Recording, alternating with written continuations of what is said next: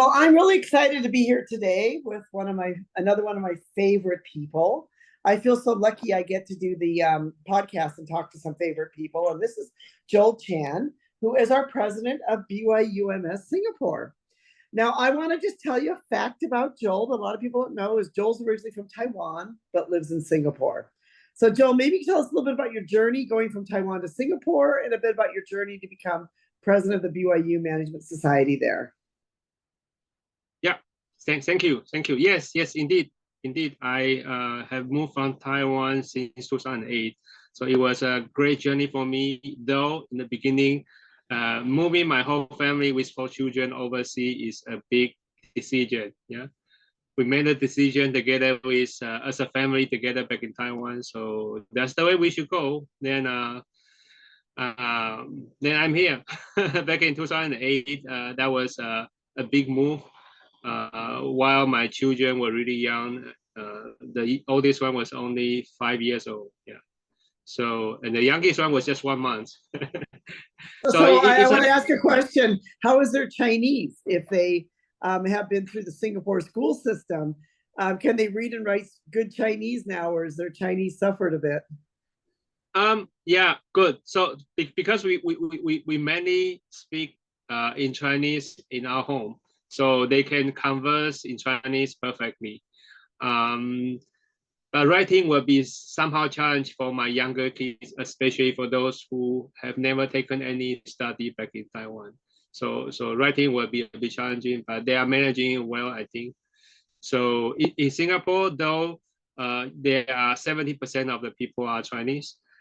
However, they can converse in Chinese, but writing is also a challenge here for most of the students here.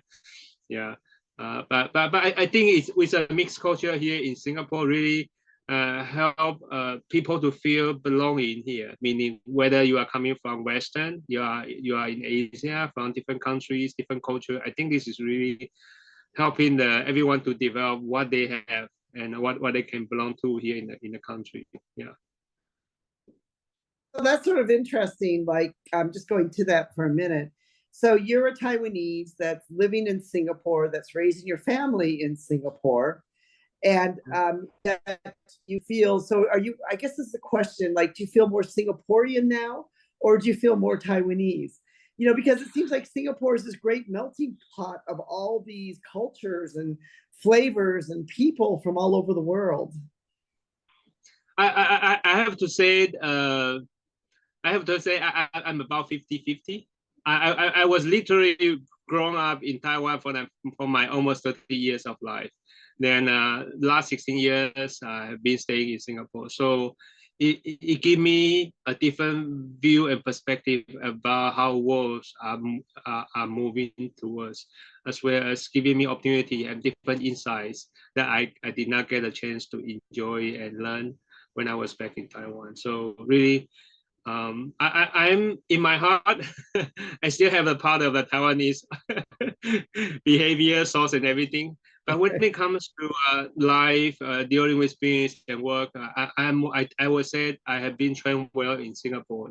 The environment here, either in the work, at church, also all my daily life, really give me a different perspective, understanding that this whole world is not just about a certain culture. This is really a global organization or globalized world where we need each other's help.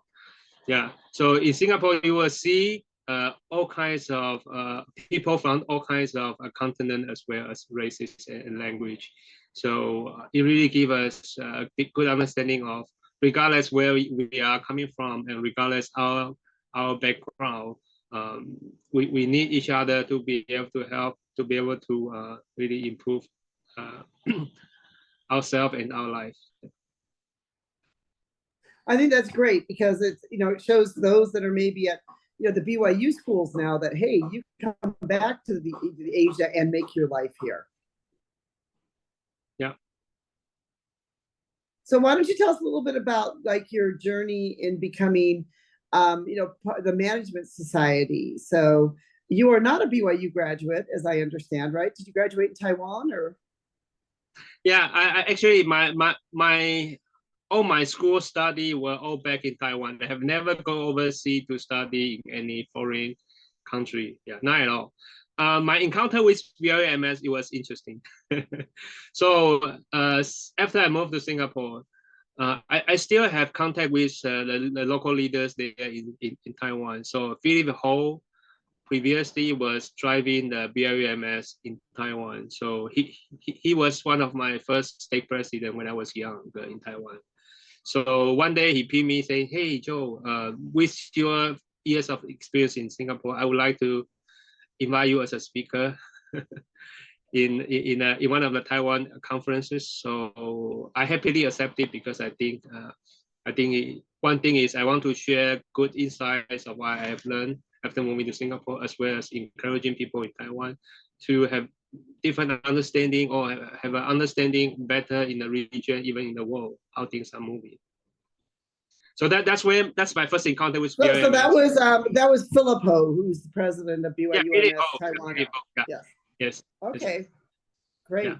So that's my first encounter, and so then I started to grow interest of this society. What do they do, as well as who are the main participants, and I realized that this is really an encouraging organization. Back in Taiwan, it really provide very good courses, trainings, as well as different discussions, trigger talent exchange, as well as upskilling for members and non-members. Yeah, so that really inspired me. So then I started to have participate in some conferences here and meetings and trainings here in Singapore before pandemic. Then it went a bit slow down during the pandemic. Then I was invited by AC Ho to participate in the BYU MS here in Singapore to contribute. And I'm happy that now we have a strong committee helping each other to move forward together. We started from maybe 2-3 people, but now we have a strong force of 4-5 people, even more to come. Yeah. So for me, it's a journey learning together. I'm still learning. I'm still learning. Though it's a chapter president, but I feel like I'm part of a team working with a group of excellent people who are pushing forward the work. Yeah. Well, a couple of things I love about your story is, first of all, you're president of BYU MS and you didn't graduate from BYU, which I love that because it's really, tells people that you don't have to be a BYU grad in order to be part of BYU MS. And the other thing that I love about your story is you didn't even graduate from BYU. You graduated in Taiwan, but yet you're pretty much an expat in Singapore. So in other words, you can be successful without even going to BYU. So I love those two aspects of your story. But BYU MS really welcome everyone to join the organization and give a hand, right? So either you are fresh graduated from BYU or now from BYU, or you just moved back to your home country, started your new career, it doesn't matter. Or like me, I moved from Taiwan to Singapore, really started my life with my new family, with my family, right? So really, it doesn't matter. BYU MS is a great association where it can provide needed support and trainings to help all these people to, let's say, improve their life. And we have more to come. We have launching leaders that this year we have pushed out in Singapore, really giving everyone a very good way of how to improve their life. And we have more other trainings, and Asia Conference is the one that is coming in November, which the committee are really busy with, and we hope to see people to join this great conference, either face-to-face in Singapore or online. I want to touch upon two things. One, maybe you could tell us a little bit about your experience with launching leaders. I know I went through the launching leader course with you and many others in Singapore. And maybe you can touch a little bit more on the conference and some of the exciting things that are going on there. Great. So the launching leader program really, it is something I have been searching. I have been working in my current company for the last 16 years. Almost 20 years, sorry. Almost 20 years. Why don't you tell our listeners a little bit about what you do? Because I know you travel a lot. You're flying around the world. Yeah. You know? Yes. Okay, so I've been working in my current company almost 20 years. Next year it will be my 20 years mark. So it's a journey really for me. This is my first international company and also the only international company so far. So it gives me a good perspective of how people should collaborate with each other and grow and each other as well. Yeah, helping each other grow each other. So I started my career in the current company, Boehringer Ingelheim, Taiwan. So as a developer, programmer in IT department. Yeah. Then at that time, I was just changing from a local company to the current company, Boehringer Ingelheim. It really gave me a lot of opportunity to expand my skills and ability to serve other people. So through my 3 years working in Taiwan office, I had a chance to work with different manager, different function from business, and help them to achieve and create some systems application that help them to do their job better. So then I was introduced to Singapore manager where they offered me opportunity to move to Singapore. So 3 years of journey in Taiwan expand my connection and networking in the region, as well as expand my vision of what my skills and ability really can help a lot more people other than just in Taiwan. That's when I realized, oh, okay, my professional skills really does help people, not just within the continents I have, also expanding to whole Asia. Yeah, so that's the starting of my journey. After moving to Singapore,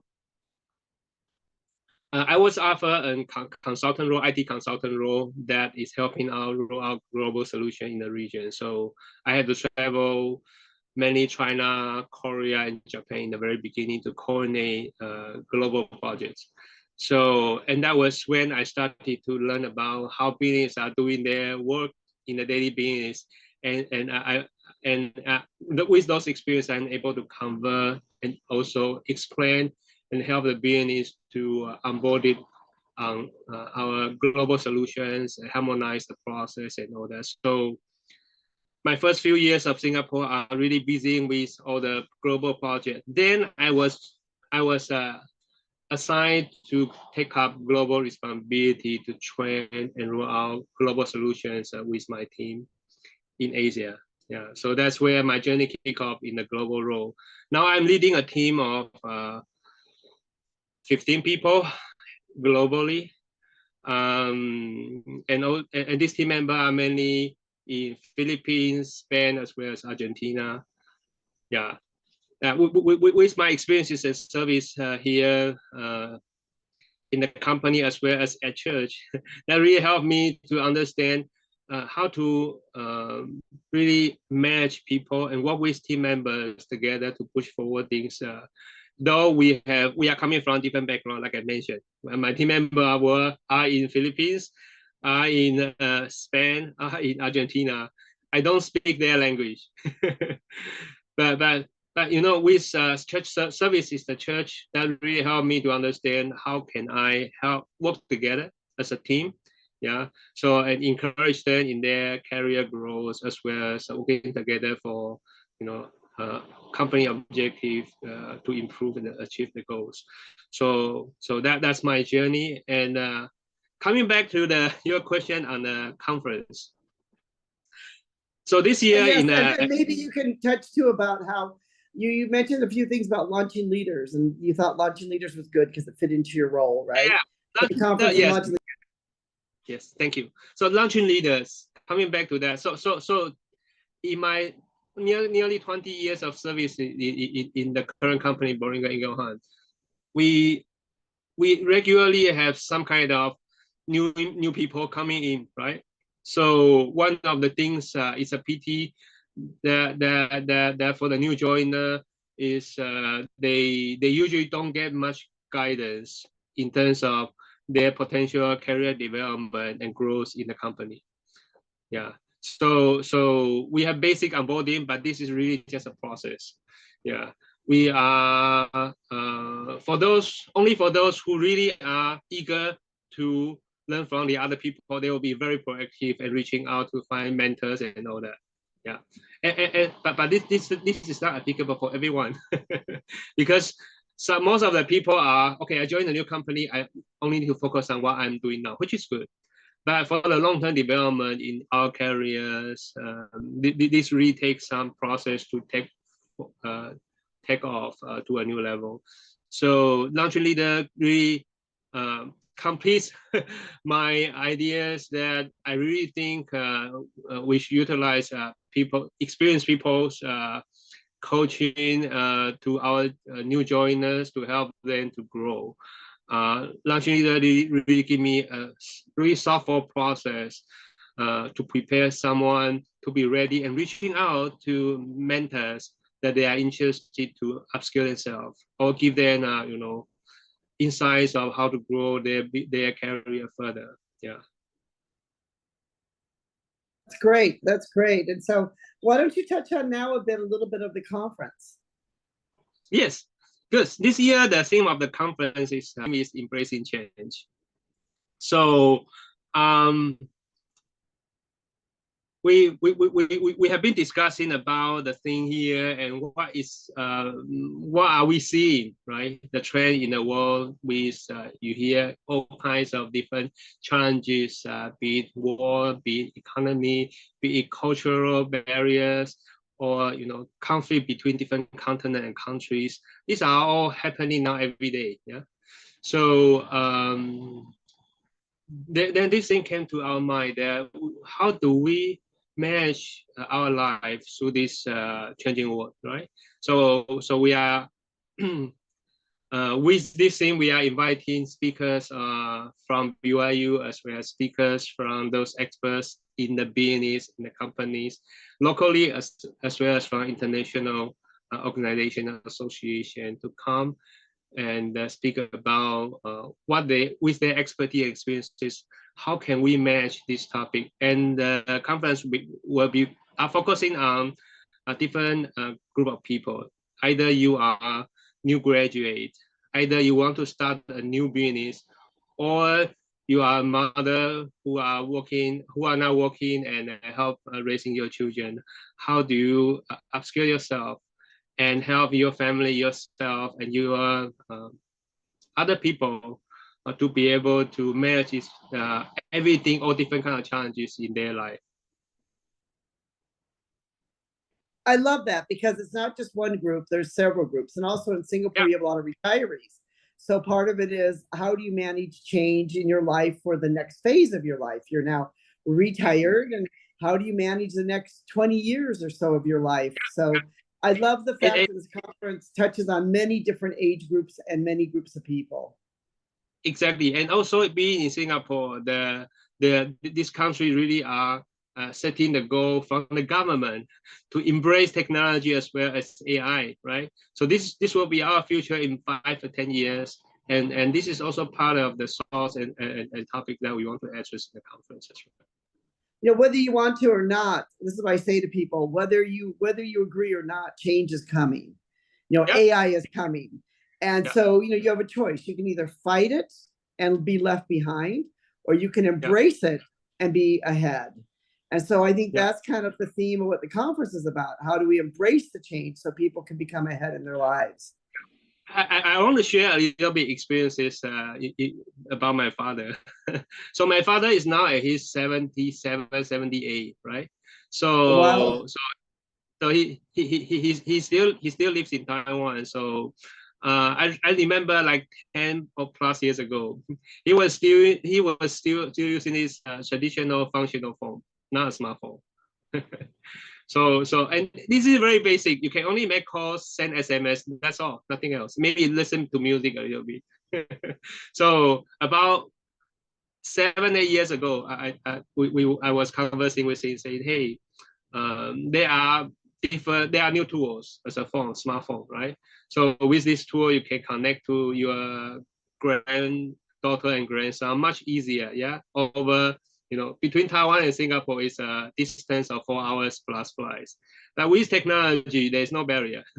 You can chat with them easy without any burden. You can talk to them whenever that is needed, right? So with that, he accepted the challenge to learn the new gadgets on smartphone. So he started his journey with smartphone, I think 8 or 10 years ago. Yeah, he was struggling in the very beginning, but he is now happy, you know. It's so convenient. I saw him using the phone to read news, to listen to his old, you know, songs that at his age, right? and he's able to chat and commute with his grandson and granddaughters easily, yeah, without barrier. So I think really at his age of 77, 78, I thought that was amazing. Well, I think that's one of the things with, with launching leaders, some of the other programs, to always be willing to learn, Yeah, and that's one of the themes of the conference is like, let's embrace change and always be willing to learn. So in closing now, this has been a great conversation, Joel, and it's been great for people to get to know you a little bit more. Is there any like advice or anything you'd want to tell the audience or tell people, or just any type of encouragement for them to come to the conference, or anything about BYU MS? Yeah. So I really encourage you guys to come to this conference. This conference are meant for you, whether you are in different continent with different culture in different stage of your life. Come forward and join together with us. We have great speakers. We also would have create connections from different people. The benefit of being in Singapore are you can meet people almost from everywhere. Yeah, so you will get to learn from the speakers as well as build network during the conference. People will be coming from all over the Asia. We have also some visitors that will be coming from US as well in other regions. So please come. It will be a loss if you are not here. Yes, and come and learn with us. Come and learn and come and grow. Well, Joel, thank you so much for taking the time today to be able to talk to us. And thank you so much for all your work that you do with the BYU Management Society. We truly do appreciate you and all of your hard work. So thank you. And if you'd like, anyone would like to have a question on the conference, they're setting up a website for Singapore. We have it on our BYU MS Asia Pacific website. We'll put the link in the description below for you guys to be able to come, to register, and to join with us. And even if you're in another part of the world, you're not in Asia, come and join with us. We welcome everybody, right? Yeah. If you really cannot join face-to-face, we would also provide streaming services for those those who are interested but really cannot come here face-to-face. Yes, and we encourage everybody. So come and join. Whether it's virtual, whether it's in person, we'd love to have you join with us and come and learn with us, come and grow with us, and come and embrace change with us. So thank you so much. Thank you, Anita.